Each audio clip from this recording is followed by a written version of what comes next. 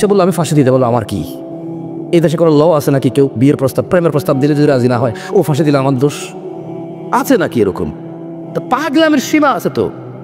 কোন কোন কোন কোন স্কুল কলেজে পড়াশোনা করা ছেলে মেয়ে এগুলা ভয় পায় ওই ছেলে ব্লেড হাত কেটে ফেলবে, আরে ওর হাত ওর ব্লেড ওর জীবন ও কাটুক, আমার কি? প্রশ্ন তো আসে আমার কাছে, প্রশ্ন শোনার পরে ঘুম আসে না সারা রাত আমার। কি প্রশ্ন হুজুর? একটা মেয়ে ডিভোর্সি, গিফট চায়, আর অন্যান্য ছেলের সাথে মনে কথা বলে, কিন্তু ইয়েতিম মানুষ, আমারও দয়া লাগে, আমার কি মেয়ের সাথে সম্পর্ক কন্টিনিউ করা জায়েজ হবে? তো এইসব ছেলে মেয়ের সোর্স অফ নলেজ কি আমি জানি না। একজন বললো যে হুজুর আপনি যে বললেন তাহাজ্জুদের নামাজ পড়ে প্রেমিকা চাওয়া যাবে না, কিন্তু হাদিসে তো আছে নেককার স্ত্রীর জন্য তাহাজ্জুদের নামাজ পড়া যাবে। তা দেখেছেন কি বাপরে বাপ, কি বড় আলেম। তাহাজ্জুদের নামাজ পড়ে আমি বলবো যে ইয়া আল্লাহ আপনি আমাকে এমন স্ত্রী সন্তান দান করুন যা দেখে আমার চোখ জোড়াবে, এটা হলো এটা। আর সে বলছে ইয়া আল্লাহ জোরি নাকি আমাকে দাও, তুই জোরিনাকে চিনোস কেন? তোর যে ইসলাম তোর শিখেছে যে তাহাজ্জুদ পড়ে দোয়া করলে নেককার স্ত্রী পাওয়া যায়, ওই ইসলামকে তোর জোরিনারে শিখেছে, চিনাইছে? ওই ইসলাম তোর চোখে না চিনাইছে? ওই ইসলাম জানলে তো জোরিনা চোখে না চিনারই কথা না, বুঝে দিয়ে পারে নেই। ইসলাম আমাকে শিখাইছে যদি আমি তাহাজ্জুদ পড়ি নেককার স্ত্রী পাবো দোয়া করলে।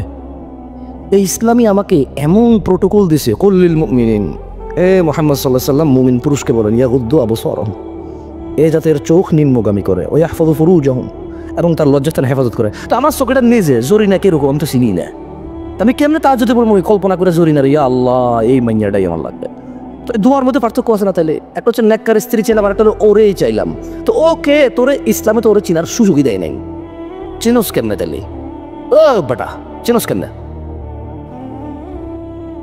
ইসলাম তো আমাকে চোখে না জোরে নাকি চিনায় না, তাহলে আমি তাহাজ্জুদের নাম নিলাম কেমনে? ওর চেহারা কেমনে আমার চোখে ভাসে?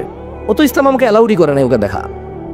মানে ইসলামের যেটা নিষেধ করেছে ওটা আমি দেখবো, দেখে কোনটা দিবে সুযোগ আছে ওটার জন্য যাবো। এভাবে হয় নাকি? এভাবে হয়? দোয়া কবুল হয় এভাবে? ছেলে একটা ঘুরঘুর ঘুরঘুর ঘুরঘুর করে কি ওকেও ভালোবাসে। তো আপনি কিভাবে জানেন আপনাকেও ভালোবাসে? আপনি তো পর্দা করেন, আপনাকে রিচ করছে কিভাবে সে? আমি এটা জিজ্ঞেস করছি। আমাকে বলেছে 2 বছর থেকে একটা ছেলে ঘুরে, আমি আমার বাবার পছন্দ ছাড়া বিয়ে করবো না, ওকে বলেছি ভালোবাসি না, কিন্তু 2 দিন পরে মেসেজ দিয়েছে শেখ আমার এটা খুলে দেন। আমি বললাম দেখছেন এটাকে ব্লক করে দিল, শেষ। কয়টা করবেন? একটা ছেলে, আপনি খুব ধার্মিক মহিলা, আপনাকে একটা ছেলে 2 বছর থেকে অ্যাপ্রোচ করে, আপনি খুব ধার্মিক আল্লাহ বেরু, কিন্তু ওই ছেলে আপনার সাথে কথা বলার সুযোগ আপনি রাখছেন। আর একটা ছেলে আপনার ফেসবুক আইডি জানতে হবে কেন? আচ্ছা জেনে গেল, ঠিক আছে বান্ধবীর থেকে জেনে গেছে, তো ও প্রেমের প্রস্তাব দিচ্ছে, আচ্ছা বুঝছি ওর কাছে সুযোগ ছিল দিছে, আমি তো করবো না, তো আমার সাথে করতে পারতেছে না প্রেম। আমি যদি না চাই যে আমাকে মেসেজ করবে না, তাহলে ওইটাও পারবে না। প্রশ্ন তো আসে আমার কাছে, প্রশ্ন শোনার পরে ঘুম আসে না সারা রাত আমার। কি প্রশ্ন হুজুর? একটা মেয়ে ডিভোর্সি, তার সাথে আমার এসে গিফট চায়, আর অন্যান্য ছেলের সাথে মনে কথা বলে, কিন্তু ইয়েতিম মানুষ, আমারও দয়া লাগে, আমার কি মেয়ের সাথে সম্পর্ক কন্টিনিউ করা জায়েজ হবে? আমি কি কয়ে আপনি হাসতেছেন? আমার সারা রাত ঘুম আসে না। আমার বউ আমারে কয় তুমি কি পাগল হয়ে গেলা, নিজে নিজে হাসো কেন? আমি বলি যে হাসবো না, কি করবো বুঝতেছি না, এর জবাব দিব কি আমি? বছর সম্পর্ক করে, বিবাহের সব সম্পর্ক করে, এখন তার মনে হয় লোভী, অন্য ছেলের সাথে কথা বলে, আবার মেয়েটা ইয়েতিমও, ওর সাথে এখন কথা বললে, কথা বলা ছেড়ে দিলে, ওর আগেও ছেঁকা খাইছি তো, একটা ডিভোর্স হয়ে গেছে, মানে কোনো বদদোয়া লাগবে কিনা আবার?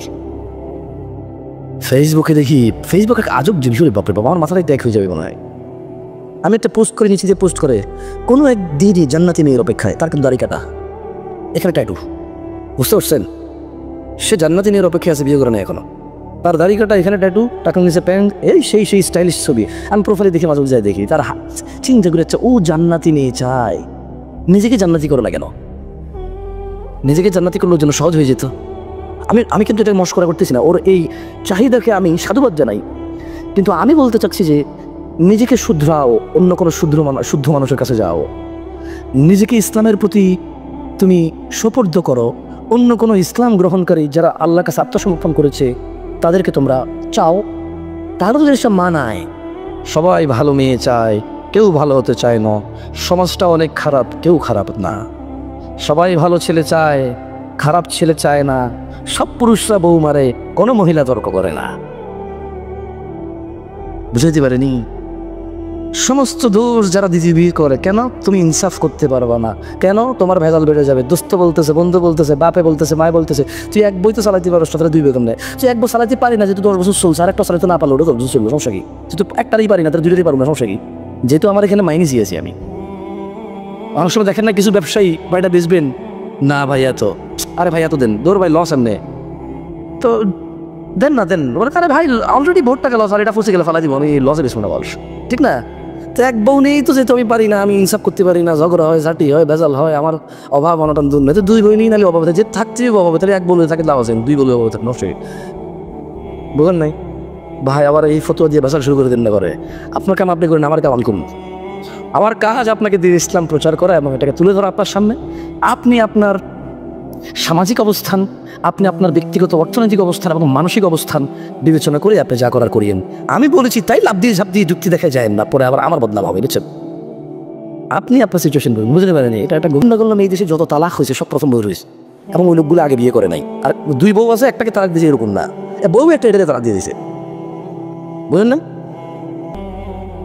আমি সব কিছু পজিটিভ নেওয়ার চিন্তা করি, মানে কোনো কিছু নেগেটিভ নেই না, তেমন কথা বলছেন। যেমন ওই যে ছেলেগুলা বোরখা পরা মেয়েদের সাথে, ইসলাম থেকে এইসব সভ্যতা পাওয়া যায়, এইসব আদব আখলাক পাওয়া যায়, এসব ধার্মিকতা পাওয়া যায়। আমি কিন্তু ওদেরকে খারাপ বলিনি, বলছি মুহাম্মদ সাল্লাল্লাহু আলাইহি ওয়াসাল্লামের ইসলাম তো এরকম নাই, আমরা জানি।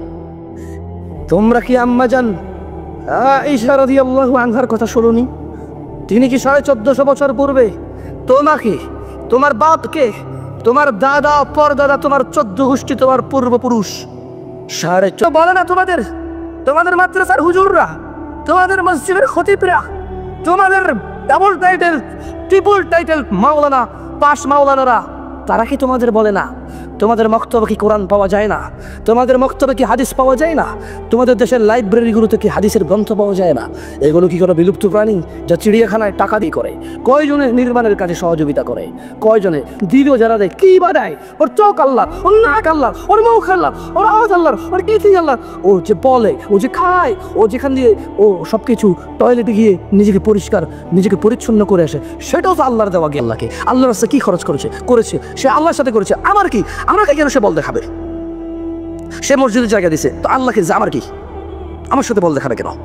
সেই তিনখানে 10 লাখ টাকা দিছে, আমার সাথে তো ভাবনা ওর কি আছে? তুমি দিছো আল্লাহকে, তুমি আল্লাহ থেকে চেয়ে নিবা, আল্লাহ তোর আর কত কিছু দিছে। আমরা জানা আয়েশা কি তোমাদেরকে বলেনি? আমরা জানা আয়েশা কি তোমাদেরকে বলেনি? তোমরা কি শোনোনি তোমাদের মায়ের কথা? রাদিয়াল্লাহু আনহা ওয়ারদা। তোমরা রাসূলুল্লাহ সাল্লাল্লাহু আলাইহি সাল্লামকে ভালোবাসো, সারাদিন গজল গাও, নবী এবার গাইতে থাকো তোমরা, মুহাম্মদ মুহাম্মদ বলে তোমরা সাল্লাল্লাহু আলাইহি ওয়াসাল্লাম একবার বলো না তোমাদের গজলগুলোতে। তোমাদের গজলগুলোতে শুধু আল্লাহ রাসূল সাল্লাল্লাহু আলাইহি ওয়াসাল্লাম শুধু নাম আর নাম নাম নাম জপে জান্নাতে তুমি দিতে চাও, অথচ তিনি বলে শোনার নাম আসলে যে দুধ পড়ে সে কৃপণ বকি বকি জান্নাতে যাবে না। আপনারা এখন সবাই বলবেন যে মহিলারা এখন পাওয়ারে আছে, মহিলারা এখন পুরুষ নির্যাতন করে কেউ দেখে না, এটা বলবেন না প্লিজ, আর বলবেন না। হয় দু একটা ঘটনা ঘটে, কিন্তু এই দেশে এখনো মহিলারা নির্যাতিত। আপনি জানেন? আপনি জানেন মহিলা সকালবেলা ঘর থেকে ঘুম থেকে উঠে বাচ্চা কাচ্চা না থাকলে শ্বশুর শাশুড়ির জন্য বা নিজের জন্য বা নিজের জামার জন্য কাজ করতে হয়। আপনি 12টা বাজে ঠিকই 2টা বাজে ঘরে আসতে পারেন, মহিলারা এখন থালাবাটি ধোয়া বাকি থেকে যায়, তরকারি কাটাকুটা থেকে নিয়ে কোনো এফোর্টই ধরা হয় না, এটাকে কোনো কাজই ধরা হয় না এটাকে। আপনার বাচ্চা তো আপনার দুধ খায় না, আপনার বউয়ের দুধ খায়, মানে আপনি যা ভাত খান সে তা ভাত খায়, আর আপনার বাচ্চা আপনার বউর থেকে অর্ধেক জিনিস খেয়ে ফেলতেছে এবং আরও প্রয়োজনে বেশি খাচ্ছে ওর থেকে। আপনার তো আপনার শুলে রয়ে গেছে, ওটাকে কোনো এফোর্টই ধরা হয় না, কোনো কাজই ধরা হয় না, মেজাজ নাই। ঠিক আছে, আপনি বড় পাঠটা করেন, আপনি কোথাও কোথাও তালাকের ধমক দেন কেন? মহিলা মানুষ নাকি পুঁটি মাছ, পানি থেকে উঠলে পেট পচে যায় কেন? ও আপনার সন্তানের গর্ভবতী হয়েছে, এই জন্য আপনার মাথা এই যুক্তি ঢুকে গেছে। আপনি ওকে পুঁটি মাছ মনে করেন, ও পেট পচা মনে করেন, আপনি মনে করেন যে ওকে আমি ছুঁয়ে ফেলছি, ধরে ফেলছি, ওর সাথে শুয়ে গেছি আমি, আর কেউ ওকে বিয়ে করতে চাইবে না, এরকম মনে করে আপনার উপর নির্যাতন করেন। কয়টা পুরুষ নির্যাতনের মেসেজ একটা বসে না। আর নির্যাতন যে কারণে ও মদ খায়, ও গাঁজা খায়, আরেকবারের সাথে প্রেম করে, ওর বউ ওর সম্পত্তি নিয়ে গেছেন, ওর দোষ, মহিলার দোষ না। মহিলা তার সিকিউরিটি নিবে না, মহিলা তার সিকিউরিটি নিবে না। নষ্ট আমি করবে তুমি, মোবাইলে ফোন আসলেই টয়লেটের দিকে যাইয়া, বারান্দা যাইয়া, ঘর থেকে নেমে, তোমার বউ বোঝে না, ও কাঁচা কলা খায়, তোমার সাথে সারা রাত শুয়ে একসাথে, দিনের মধ্যে তোমার সাথে 8 ঘন্টা শুয়ে থাকে, এই বেডি 6 ঘন্টা থাকে, বেডি তোমার চেনে না, ফাইজদামি করো, চালাকি করো ওর সাথে, না চালাকি করো। তো মহিলা সিকিউরিটির জন্য করে, তুমি অন্যায় করবা, মহিলাটা বলতেও পারবে না, তোর বাপে শুনছে কা, তোর ভাই শুনছে কা, তুই কোসকে আমার ইজ্জত নষ্ট করেছে, তোর তুই কোসক করে না,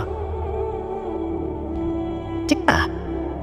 তো মানে আমার এগুলো মাথা গরম হয়েছে, এগুলো মানে আর আমি দিতে পারি না এগুলা। যেখানে পুরুষরা মহিলাদেরকে এত নির্যাতন করে, অথচ আল্লাহ সুবহানাহু ওয়া তাআলা ওদেরকে যা দিয়েছে আমাদেরকে তা দেয় নাই। সাম ক্যাটাগরিতে, কি ক্যাটাগরিতে? সাম ক্যাটাগরিতে আমাদেরকে তা দেয় নাই। ওদেরকে মাতৃত্ব দিয়েছে, আমাদেরকে দেয় নাই। আল্লাহর পরে কে কে কে? মা মা মা। আরে তোমারে না বউ, কারো না কারো তো মা, ওর মারে অন্তত সম্মান করো। তোমারে না বউ, পুটি মাছ পেট পচে গেছে, কিন্তু ওই পচা পেট থেকে যারা আসছে ওদের তো মা। ও বাচ্চাগুলো বড় হলে তোমার দেখে নেবে, ও বাচ্চাগুলো বড় হলে তোমার দেখে নেবে। যেই সমাজে পুরুষরা মনে করে মহিলা ব্যাপারটা হাঁটলে সমাজ নষ্ট হয়ে গেছে, পুরুষরা ব্যাপারটা হাঁটলে নষ্ট হয় না, এই সমাজের পুরুষের কি হবে? আসসালামু আলাইকুম ওয়া রাহমাতুল্লাহি ওয়া বারাকাতুহু। ছোট ভাই, তোমার কি হয়েছে? জুয়া। তুমি জানো জুয়া কি প্রবলেম? যে জুয়া খেলে তার বাচ্চারা পড়ালেখা থেকে বঞ্চিত হয়, তার বাচ্চারা ভালো কোথাও গিয়ে মুখ তুলে কথা বলা থেকে বঞ্চিত হয়। একজন জুয়ারি স্বজনের প্রতি ঋণগ্রস্ত হয়, ইভেন অনেক সময় নেশাগ্রস্ত হয়, জানাবে বিচারী হয় সে। এমন জুয়া যারা প্রচার প্রসার করে, একজন না সকল, ওই সকল ব্যক্তি যারা প্রচার প্রসার করে, তাদের হাজার ভালো থাকতে পারে, you should not have follow them. তার আর কোনো ভালো কাউন্ট হওয়া উচিত না যে জুয়া প্রচার প্রসার করে। কারণ একজন জুয়া যে খেলে, তুমি জানো না সে জুয়া খেলে সর্বস্ব হারায় আসে, ঘরে তার স্ত্রী সন্তানকে মারধর করে, যৌতুকের জন্য বউকে বাপের বাড়ি পাঠায়, অনেক সময় তালাক দিয়ে দেয়, এরপরে আবার হুজুর ডেকে এনে কি করে আবার থাকে, বাচ্চা কাচ্চা আছে এসে বলে। মোবাইল বিক্রি করে আসে, বউয়ের স্বর্ণ বিক্রি করে আবার মোবাইল নেয়, সে মোবাইল বউর সাথে ঝগড়া করে আবার আছাড় মারে। তুমি জানো না জুয়ার কারণে কত বাপ তার বাচ্চার স্কুলের ফি দিতে পারে না, বাচ্চার হসপিটালের বিল দিতে পারে না। বেতন কিন্তু 1 লাখ 2 লাখ টাকা পায়। বাপদাদার থেকে যে সম্পদ পেয়েছে সেখান থেকে উপার্জন 50-60 হাজার, 1 লাখ 2 লাখ 5 লাখ 10 লাখ পর্যন্ত আছে। স্ত্রীর ভরি 50 স্বর্ণ ছিল, আসলে মূলত 50,000 ভরি স্বর্ণ থাক আর 50,000 বিঘা জমি থাক আর 5 টাকা থাক, জুয়ারি অভাবগ্রস্ত হয়, তার পরিবারের উপরে নির্মম অত্যাচার করে, ভালো মন্দের বুঝ থাকে না ওর মেয়েটা ভালো কোথাও, কারণ বাপ জুয়া খেলে। আর জুয়ারি কি? জুয়ারির কোনো বিবেক বুদ্ধি, ন্যায় অন্যায়ের বোধগম্যতা থাকে না। আমাকে তুমি বলিও না যে আমি একজনকে বলছি, মুখে বলছি, আরেকজনকে বলি আমি তোমাদের এত লোক চিনি না। ভাই, আমি এত লোক চিনি না, আমার বয়স কত, আমি কত আগে থেকে বলবো কথা? বলো, এই পৃথিবীতে হাজার বিষয় আছে কথা বলার মাধ্যমে। ওইসব বিষয়ে কথা বলার চেষ্টা করি যেটা তুমি পারবা। এমন বিষয়ে কথা বলি না যে বিষয় আমি নিজেই জানি না কি করবো আর তোমাকে বলবো। তুমি জুয়া খেলিও না। যারা জুয়ার প্রচার প্রসার করে তুমি তাদের ঘৃণা করো, উল্টা ফেরো তাদের থেকে। তাদের আর কোনো ভালো কাজ কাউন্টেবল না যারা জুয়ার প্রচার প্রসার করে, একজন না যতজন আছে। তুমি যদি যে জুয়া খেলে তার বউয়ের করুণ পরিস্থিতি দেখতা, কতটা লাঞ্ছিত, মুখ করে কথা বলতে পারে না, মানুষ তার স্বামীর জুয়ার কথা টেনে এনে তাকে ছোট করে দেবে। মেয়ের কানে দুল ছিল, গলার হার ছিল, হাতের বালা ছিল, নাকে নাক ফুল ছিল, আঙুলে আংটি ছিল, সবই তার স্বামী বিক্রি করলো। বিদেশ যাবে বলে বাপ ভাই থেকে টাকা এনে দিল, সে টাকাও জুয়া খেলে শেষ করলো। হাতের একটা মোবাইল ছিল, সেটা জুয়া খেলে শেষ করলো। এরপর বউ তার জামাইয়ের মোবাইল না দেখে আর ঋণ করে আর একটা মোবাইল নিয়ে দিল। এরপরে তারপরও যখন জুয়া খেলে বউ জামাই রাতে ঝগড়া করে, স্বামী ওই জুয়ারি স্বামী ওই মোবাইলও আছাড় মেরে ভেঙে ফেললো, বউকে তালাক দিবে বলল। বাচ্চা কাচ্চা নিস্তব্ধ হয়ে এক কর্নারে দাঁড়িয়ে থাকে। কি ঝগড়া বাবা মায়ের। বাপ জুয়া খেলে, ঋণগ্রস্ত, মানুষের টাকা পয়সা দেয় না, সম্পদ বিক্রি করছে, অর্থ যা ছিল সব শেষ করছে, চাকরি বাকরি শেষ করছে, এমন কোনো খাত নাই যেখান থেকে সে ঋণ করে জুয়া খেলে নাই, কিছুই নাই। শেষ পর্যন্ত বউয়ের যে সামান্য স্বর্ণ গয়না থাকে সেটাও শেষ করলো। ঘর বেটাটুকু তার আর নিজের নাই, ওটা দেখি ঋণ নেওয়া হয়েছে অনেক মানুষ থেকে। মায়ের মুখ, বাপের মুখ, বউয়ের মুখ, সন্তানের মুখ, সবার মুখ বিক্রি করে ঋণ করে সে জুয়া খেলে।